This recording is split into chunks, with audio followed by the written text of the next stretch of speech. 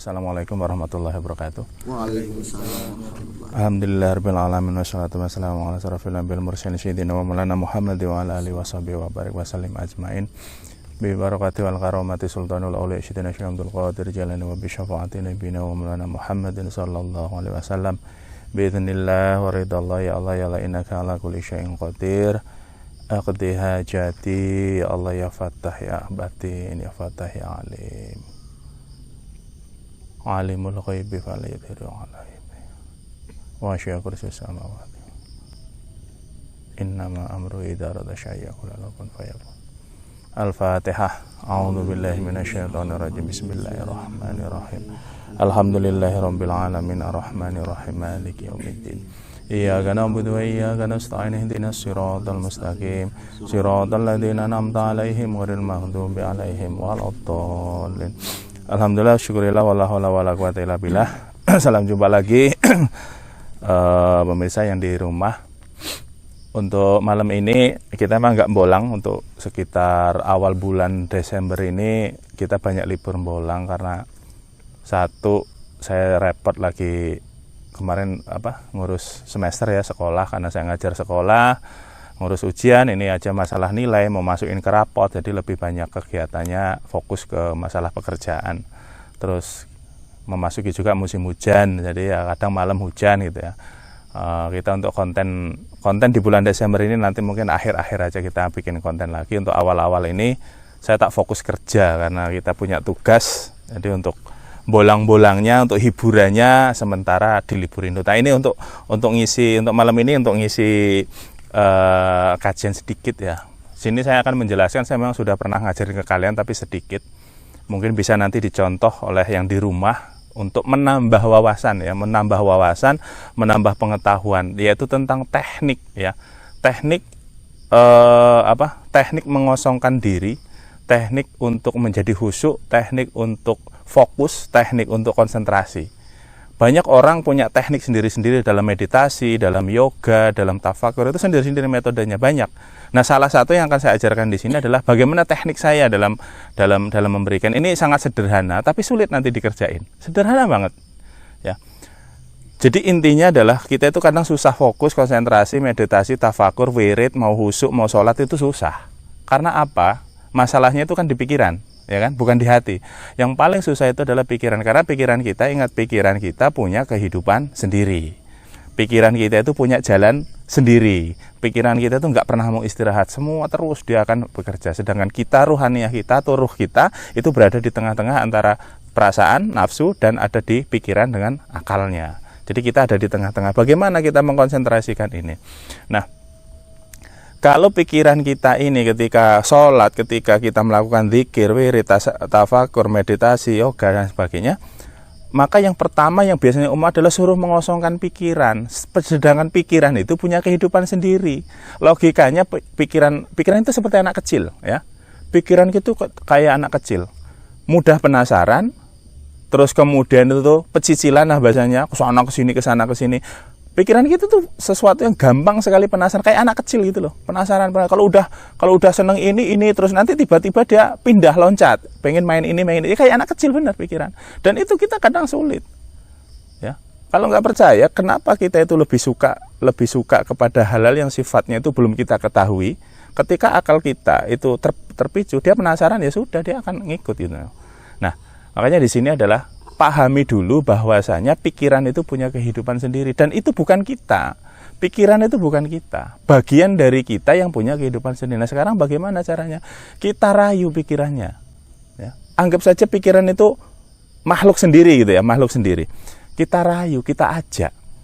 Jangan memaksa. Kalau dia dipaksa nanti bahasa kita berontak. Dipaksa itu berontak. Kalau nggak percaya, kamu coba awal-awal kamu mau dzikir, wirid, mau meditasi, fokusin pikiran dalam satu, lama-lama buyar, ya kan? Lama-lama buyar, terus kemudian muncul hal-hal yang baru, bahkan yang unik lagi lah, kamu meditasi bisa muncul film kartun, kan aneh toh? Nah, meditasi munculnya film kartun, meditasi munculnya ini tuh, itu akan terjadi nantinya. Karena apa? Otak kita kayak anak kecil. Ya, akal kita, pikiran itu kayak anak kecil bener, loncat ke sana, loncat ke sini. Nah, teknik yang saya gunakan untuk menuju pada tingkat di mana kita nanti akan ngajarin bahwa otak itu nggak memiliki kemampuan apa-apa. Kita ajarin bahwa, kita buktiin ke akal, kita buktiin ke pikiran bahwa dia itu sebenarnya nggak bisa ngapa-ngapain nantinya. Dia akan berhenti, dia akan kebingungan, perasaan kita juga nggak bisa ngapa-ngapain, kita juga nggak bisa ngapain. Jadi nanti perasaan kita dan pikiran itu nggak bisa ngapa-ngapain lagi udah. Nah, pada puncaknya nanti, disitulah kita bisa merasakan sebuah keadaan di mana kita tidak merasa apa-apa, tidak tahu apa-apa, dan yang ada itu hanya bingung, kebingungan yang absolut, maksudnya itu kebingungan yang benar-benar sangat membingungkan, sehingga semuanya akan berhenti. Nah, ketika kita mampu menahan keadaan ini, oke, kita lambangkan keadaan ini keadaan kosong namanya, suwung lah ya, jadi suwung, tapi nggak gendeng intinya, suwung. Nah, ketika kita mampu menahan keadaan ini, perasaan ini, disitulah kamu itu nanti bisa benar-benar fokus, bisa benar-benar plong, benar hilang. Dan itu nggak bisa kamu ucapkan dengan kata-kata, nggak bisa digambarin dengan gambaran, itu nggak bisa perasaan itu. Sehingga nanti di sini kalian harus ketemu ke perasaan itu, benar-benar harus bisa merasakan rasa itu. Kalau nggak jadi diulang, kalau nggak jadi diulang, karena pikiran nanti akan sedikit ngecoh nanti gitu ya. Jadi tekniknya adalah ajarkan pikiran kita pelan-pelan. Jadi kita harus rileks ya. Seolah-olah kita berbicara ke pikiran kita bahwasanya, yuk kita bareng-bareng melakukan sesuatu yang sifatnya nanti pikiran bahwa engkau, pikiran itu tidak bisa apa-apa. Nah, apa yang akan dilakukan? Yaitu melakukan imajinasi, melakukan sebuah gambaran, mengajak pikiran kita untuk menggambarkan itu, atau perasaan kita untuk merasakan itu. Apa yang dirasakan? Pertama, kamu harus rileks, benar-benar rileks, atur napas dulu seperti biasa, atur napas, sudah tenang, hati kamu sudah tenang, napas nggak ngos-ngosan, pikiran sudah oke lah, pikiran masih kesana kesini tapi sudah mulai fokus. Pertama adalah ajak kamu, perasaanmu dan pikiran terutama aja melakukan sebuah keadaan di mana seandainya kamu nggak ada. Pertama ya, seandainya kamu nggak ada, kamu harus bisa membayangkan bahwa kamu itu nggak ada sama sekali. Kamu, diri kamu, yang ada dalam kamu nggak ada sama sekali. Oke, tapi masih ada bumi. Oke, masih ada bumi. Seolah-olah kamu di sini, bayangin kamu nggak ada. Oke, masih ada bumi. Jadi yang ada kamu hanya melihat bahwa kamu ada di bumi gitu. Tapi kamu nggak ada. Kemudian bayangkan bumi juga nggak ada. Oke, ketika bumi sudah nggak ada, kamu berada di mana? Di awang-awang. Bahasa kita itu di ruang angkasa. Ya, mungkin kamu ada gambaran planet, ada materi dan sebagainya. Oke, kita sudah tidak ada, bumi sudah nggak ada, yang ada hanya alam semesta. Lalu ajarkan lagi kita, bayangkan alam semesta itu tidak ada. Bayangkan alam semesta itu tidak ada. Kalau sudah itu tidak ada, pikiran diajak untuk membayangkan itu. Kita tidak ada, bumi ini nggak ada, alam semesta nggak ada, dan semuanya nggak ada. Kalau kamu bisa mengajak pikiran itu dengan rileks, dengan santai, pada tahap itu, kamu akan merasakan sebuah sensasi yang sangat membingungkan. Bener, bingung sebingung-bingungnya kalau nggak percaya. Kalau kamu belum merasakan itu, nggak ketemu, karena saya terus terang nggak bisa gambarin perasaan itu, nggak bisa saya. Rasanya gimana nggak bisa, harus kalian sendiri nanti yang bener-bener ngerasain gitu maksudnya. Ingat, ajarkan ke pikiran. Bayangkan kita nggak ada, oke, hilang, bumi nggak ada, hilang, kita ada di awang-awang, semua hilang. Bayangkan, ayo pikiran ajak bayangkan, pikiran nggak ada apa-apa, kosong, jadi sama sekali tidak ada kehidupan di semua jagat, nggak ada apapun. Nah, nanti teknik ini kalau sampai kamu ketemu rasa di mana puncak kebingungan yang luar biasa, otak kamu bingung, perasaan kamu bingung, roh kamu bingung, hilang semua, hilang, dan kamu harus bisa nahan perasaan itu, ditahan aja, nggak usah mengapa-ngapain, tahan aja, kebingungan itu tahan aja terus. Kalau kamu bisa tahan 5 menit saja, itu udah hebat. Karena nanti dia akan berontak pikiran kamu balik lagi. Nah, nanti ajarin lagi, saya ndak ada, bumi ndak ada, jagat raya ndak ada, semua ndak ada, kehidupan ndak ada, alam nyata, alam itu ndak ada semua. Jadi dibilang gelap, ya nggak mungkin gelap, dibilang terang nggak mungkin terang, dibilang ada kayak nggak ada, pokoknya membingungkan sekali. Nah, teknik ini adalah teknik di mana kalau sudah menguasai adalah apa efeknya nanti, kamu akan cepet banget untuk konsentrasi kalau bisa menguasai itu. Bahkan sholat itu nggak perlu kalau itu kamu memaksakan diri, teknik ini kalau sudah ke hati, kamu sholat loh, kamu itu ya tenang anteng nanti. Kamu meditasi pakai teknik ini, ya udah anteng. Wirid dzikir yang ada hanya kalimat-kalimat yang kamu baca, nggak ada apapun nanti. Jadi pikiran itu kamu kunci dengan imajinasi pikirannya sendiri. Jadi pikiran suruh aja imajinasi oleh pikiran dia sendiri. Membayangkan apa? Membayangkan yang disebut adalah kefanaan namanya. Apa kefanaan? Ketiadaan. Fana gitu tuh fana semua, nggak ada nantinya. Mati semua. Nah, jadi ini teknik yang untuk kalian yang belajar ya, dilatih. Nggak langsung bisa nanti. Mungkin selama ini gimana? Kamu kalau konsentrasi gimana? Apa yang dibayangin? Ada yang bayangin asma Allah ya, Allah. Nggak rata-rata gimana coba? Biar pikiran kalian itu selama ini gimana coba? Ayo. Enggak, biar kamu ketemu fokus itu gimana meditasi ini? Fokusnya ke apa? Asma Allah. Ya asma Allah gitu kan. Allah itu iya tetap nanti kan hilang lagi toh itu. Enggak bisa malah kadang-kadang. Pikirannya enggak bisa diajak kan. Pikirannya tetap muncul aja kan. Oh, muncul. Iya, saya percaya sama saya. Mbok orangnya sholatnya khusyuk lah. Khusyuk itu paling rakaat pertama, rakaat kedua, ketiga enggak khusyuk nanti. Kenapa? Pikiran nggak diikat sih masalahnya. Nah, efek perasaan yang akan kita cari sebuah rasa ini ya. Bener-bener rasa itu harus kamu ketemu rasa di mana itu, dan ingat, nggak bisa digambarin, nggak bisa diucapin, nggak bisa kamu jelasin rasa itu. Saya bingung menjelasinya gimana, karena teknik itu udah lama saya pakai. Ya, saya mau jelasin bingung, karena makanya latih sendiri biar kamu ngerasain sendiri. Nanti kalau udah ketemu suruh cerita, kamu lo bingung pasti ceritainnya. Bener, kamu bingung nggak nyeritainnya. Apa ya? Pasti gimana? Pokoknya udah nggak bisa, otak kamu itu udah nggak bisa ngerasain itu. Nah, ini unik banget loh, ya, sangat unik sebetulnya. Oke ya, ini salah satu teknik yang sering saya pakai ya. Kalau sudah bisa seperti itu, biasa fokus seperti itu, insya Allah kamu gampang sekali untuk ngelola pikiran. Bener, ngelola pikiran. Kamu marah itu cepet banget hilang marahnya nanti. Ya, bener. Ngolah. Kamu lagi jengkel, kalau sudah pakai teknik itu jengkelnya gampang dikelola. Long pikiran itu diajak. Pikiran itu diajak.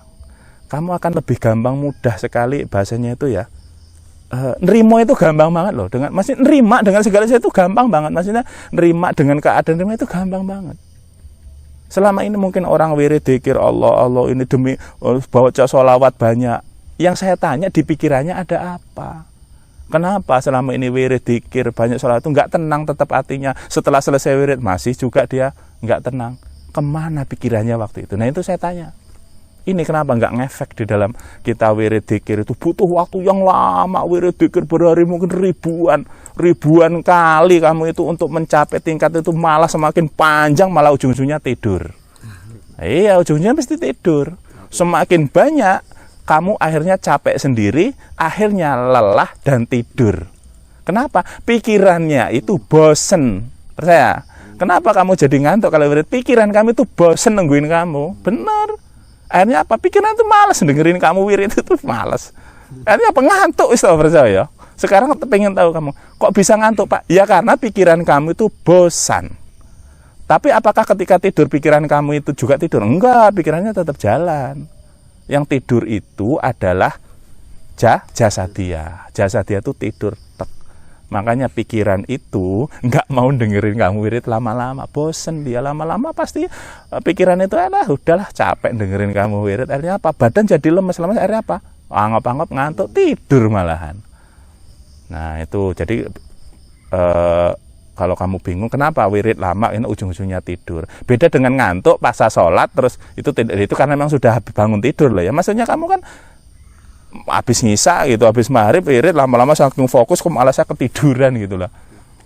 Ada yang fokus pikirannya melayang kemana-mana, wah dapat gambaran ini gambaran itu. Bahkan yang sebetulnya itu ketika kamu wirid dzikir, meditasi, tafakur, itu pikiran tuh tidak kemana-mana sama sekali. tidak ada apa-apa dalam pikiran kamu. Dan hati kamu tidak merasain apa. Emosi, ego, semua tidak ada di situ. Itulah tingkat kamu harus menyampai kepada kenyamanan, kekosongan, kefanaan di situ.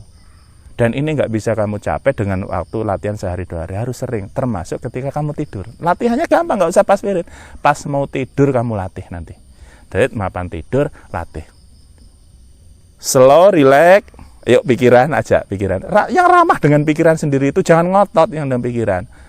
Suruh dia tenang dulu, tenang, gitu kan. Kayak yang di itu loh, tenang, gitu kan.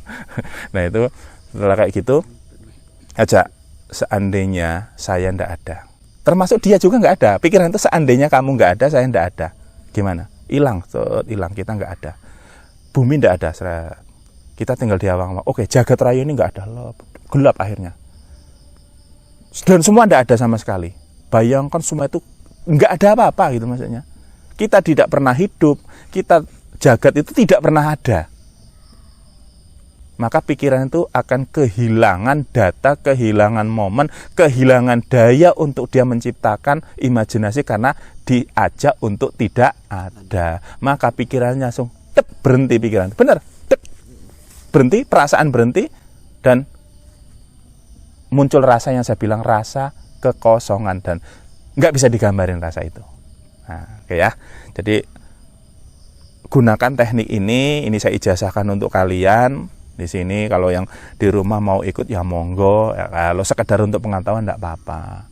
Jadi efeknya nanti insya Allah banyak untuk dalam kehidupan kita, untuk membiasakan diri untuk fokus. Benar kok, banyak benar efeknya itu untuk kehidupan kita. Lebih rileks, lebih santai, menghadapi sesuatu itu lebih enak. Ya, emosi ego gampang sekali diredam dengan teknik ini. Karena apa? Nanti dengan sendirinya kok. Dia itu nanti ngeluruh dengan sendirinya. Emosi sejam 2 jam sehari, besoknya seluruh sendiri. Kamu lagi pening, pusing-pusing, ajak pikiran untuk kayak gini. Karena pusing itu kan pikiran toh.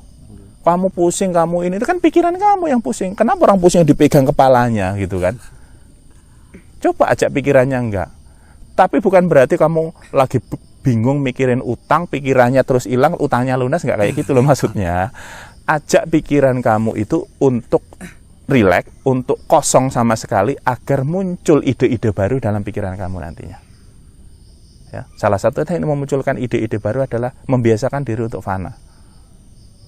Nah, ya mungkin jarang ada yang ngasih tahu teknik seperti ini. Sebenarnya ada, teknik itu udah ada, cuman jarang diajarkan. Kayak mulai latih ketika kamu wirid, dan banyak latih ketika mau tidur. Latihnya pas mau tidur. Sampai dia lelah, tidur enggak apa-apa. Latihan ketika tidur. Nanti praktekin kalau pas kamu wirid, praktekin pas kamu sholat.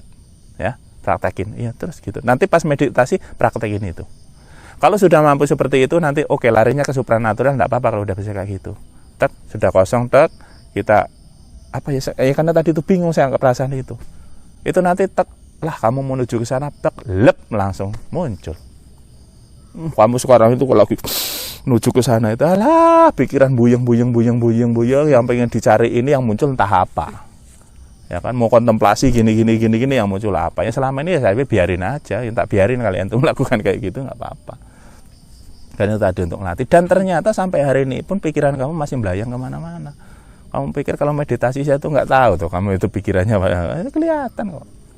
Nah, sekarang saya kasih teknik itu ya, teknik kesuwungan atau kefanaan ya, sehingga intinya adalah mengajak akal untuk bukan berdebat dengan akal ya, ngajak pikiran untuk bareng-bareng menciptakan, mengumpamakan ketiadaan, termasuk pikiran tidak ada, kita nggak ada, nafsu nggak ada, bumi nggak ada, cuk alam semesta nggak ada. Lalu ketika kita bilang itu nggak ada, apa yang harus ada di hati kamu? Sebuah keyakinan di balik ketiadaan ini ada yang maha besar. Ada yang maha besar. Di balik ketiadaan itu, ketika kamu sudah muncul kepada kenyamanan, muncul kefanaan itu, kamu bisa ngerasain itu. Yang ada cuman yang maha ada di balik ketiadaan itu. Kalau sudah kayak gitu, itulah makna dari la ilaha illallah. Jadi besok-besok kalau dikir la ilaha illallah, gunakan teknik ini agar kamu tahu bahwasanya apa sebetulnya yang disebut tiada, dan illallah kecuali Allah itu apa. Itu nanti rasanya di situ nanti. Dan nggak bisa digambarin rasanya. La ilaha illallah itu rasanya nggak bisa digambarin. Yang selama ini kamu paling la ilaha illallah itu kalau kamu fokus kepada kalimat berarti masih ada, ya kan? La tiada Tuhan. Tuhan itu apapun loh, termasuk pikiranmu. Ilallah kecuali Allah. Malah kamu bayangin la ilaha illallah. Loh kamu berarti mencari tandingan. Tapi ini saya nggak nyalahin loh ya, benar nggak nyalahin. Ketika kamu baca la ilaha illallah, berpikir kepada tulisan, biar fokus Pak. Tulisannya Allah atau tulisannya la ilaha illallah. Itu sebetulnya itu kamu gagal la ilaha illallah. Gagal sebetulnya. Tapi ini nggak salah loh ya, karena kamu memang belum bisa pada level kefanaan itu. Bukan berarti saya sudah ke level itu. Artinya berkonsentrasi, berhusuk kepada level itu gitu maksudnya. Kan aneh, la ilaha tiada Tuhan selain Allah. Tiada selain dia maksudnya. Tiada selain Allah. Pokoknya inti la ilaha tiada selain dia. Termasuk tulisan itu kalau kamu ngadain berarti kamu mengadain selain Allah. Gagal kan kamu la ilaha illallahnya. Tuh, kamu wirid la ilaha illallah sampai ribuan gitu-gitu. Kalau sudah pada tamat 33 saja kamu. Itu bisa buat dan getar-getar nggak karuan. Karena apa? Kebingungan yang sangat-sangat membingungkan. Nanti jangan sampai kamu heran nanti sampai kepala itu kayak gini ya, kayak gini itu. Kamu jangan heran loh, itu bukan kena jin, kamu nonton mikirnya kena jin itu ya. Itu nanti badan itu kayak merinding, gerinding, itu nanti bisa kayak gitu loh, bener. Pokoknya badan ini nanti akan mati, akhirnya apa ya? Kalau bahasa kita tuh, kalau ibarat HP itu, sistemnya error sendiri gitu, bener-bener, sistemnya itu error sendiri nanti. Itu badan itu bisa gemeteran, bisa apa, itu efeknya nanti ke situ. Tapi nanti kamu jangan praktekin di masjid kayak gitu, dikira orang gila gitu maksudnya. Kalau pas sendiri tidak apa-apa. Oke ya, ciri-cirinya biasanya. Ciri-cirinya adalah kamu itu akan merasa sangat bingung, tapi bingung itu bingung yang terarah. Yang kedua, efek badan itu bisa nanti akan seperti badanmu kebingungan, darah, saraf, semua itu bingung, mungkin bisa gerak sendiri dan kamu nggak ngerasain apa-apa di situ. Tapi nggak mungkin teriak-teriak. Kalau udah teriak-teriak berarti alam bawah sadar. Ingat, alam bawah sadar nggak ada di situ. Yang rasain itu adalah merinding, gemeter, bingung, terus bahkan kamu kayak bisa ngerasain aliran darah kamu itu bisa kerasa sendiri. Bener, aliran darah itu kayak ser kayak gitu loh. Nah ya itu tekniknya ya. Jadi saya ulangi. Relax, duduk yang santai, rileks. Nanti pas mau tidur sambil tidur, tapi tidurnya jangan tengkurap, nggak boleh tidurnya tengkurap. Kalau mau teknik tidurnya harus seperti ini, tangannya sedekap, kayak orang sholat ya, sedekap, nanti tidur kayak gitu. Nah, kalau pas kayak gini biasa kita meditasi. Ingat, meditasi itu 4 ya yang harus ini: cipta, rasa, karsa, nyawa. Nah, cipta, rasa, karsa, nyawa, 4 meditasi itu ya. Kenapa jempolnya ke sini, kenapa ke sini, kenapa ke sini, kenapa ke sini. Itu udah pernah saya jelasin kenapa jempol harus ke telunjuk, ke jari tengah, ke jari manis, ke kelingking ya. Jadi cipta, rasa, karsa, nyawa. Nah, ini ada 4 ya, kenapa jarinya mau kemana. Jadi kalau untuk teknik ini sebetulnya semuanya kamu rangkul, makanya menggegam, karena semuanya nggak ada. Kalau pas kamu meditasi untuk rohaniah ke tengah, kalau untuk kepada roh kita ke kelingking gitu kan. Nah itu. Tapi kalau sini enggak, jadi biarkan ini nekuk kayak gini tapi jangan menggegam, maksudnya biarkan kayak gini ya, tangan biarkan, karena kita akan merangkul semuanya, karena ini nanti nggak ada semua. Jadi ketika sudah rileks dulu, jangan dipaksa langsung, biar rileks, kamu tunggu dulu pikiran kamu ajak pikiran kamu bahwa kita akan melakukan konsentrasi kefanaan ya. Terus kemudian akal ayo ajak bahwa kita nggak ada, bayangin, ajak pikiran kamu untuk meniadakan diri kita sendiri. Baru setelah selesai kita nanti tiba-tiba itu sampai kita kayak hilang, nggak ada, kita tuh bayangan kita nggak ada, nggak ngerasa kita ada. Nanti terus kemudian bumi ini nggak ada, kita berarti tinggal di awang-awang. Di awang-awang mungkin masih ada planet, ada ini, ada bintang dan sebagainya. Bayangin itu hilang semua. Bayangin tidak pernah ada sebuah keadaan itu. Tahan sampai kamu muncul ketemu rasa yang kamu nggak bisa bayangin itu. Kalau masih belum ketemu, masih bingung lagi, ulangi lagi dari awal. Saya nggak ada, bumi nggak ada, jagat raya nggak ada, dan ada itu nggak ada sama sekali. Tunggu, nggak bisa, ulangi lagi, dan seterusnya. Nah, ini agak sulit ketimbang wirid, enakan wirid ketimbang ini ya. Tapi ini penting untuk kalian belajar agar kamu lebih mudah untuk konsentrasi. Oke ya. Jadi untuk meditasi kali ini kita cukup latihan ini saja, masa kefanaan. Jadi sebaik mungkin, serileks mungkin kamu kontrol diri kamu sendiri. Paham ya? Coba ada yang, kalau nggak paham tanya apa yang masih belum pahamnya di mana? Paham, Pak. Nah, pokoknya kalau nggak paham tanya mau teknik yang mana yang kamu nggak paham, gitu kan. Jadi gitu yang di rumah juga mungkin bisa dipraktekin sendiri di rumah pas mau tidur. Paling enak pas mau tidur sih sebetulnya. Tapi kalau penerapannya nanti pas ketika sholat ataupun wirid. Nanti penerapannya gitu, latihannya pas mau tidur nggak apa-apa. Nanti pas penerapannya pas waktu sholat, pas waktu wirid atau dzikir lagi amalan. Praktekin di situ. Jangan pas lagi naik motor kamu pakai itu. Ya hilang semua nanti. Motornya hilang juga nanti. Oke, kiranya itu untuk teknik hari ini cukup sampai di sini. Saya Ri, assalamualaikum warahmatullahi wabarakatuh. Udah matiin aja.